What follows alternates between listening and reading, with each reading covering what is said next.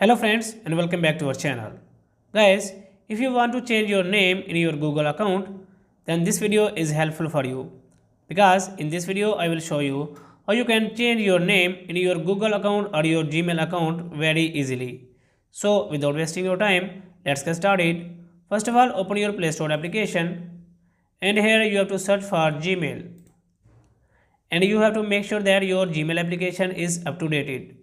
As I have already updated my Gmail application, so I will just click on open. And after that you have to click on your profile icon and you have to click on manage your Google account. After that you have to click on personal info and here you can see your name appears. So if I want to change my name, so I will just click on arrow.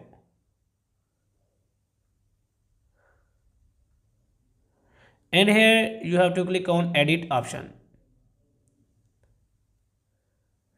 And after that you have to type the name whatever you want to select.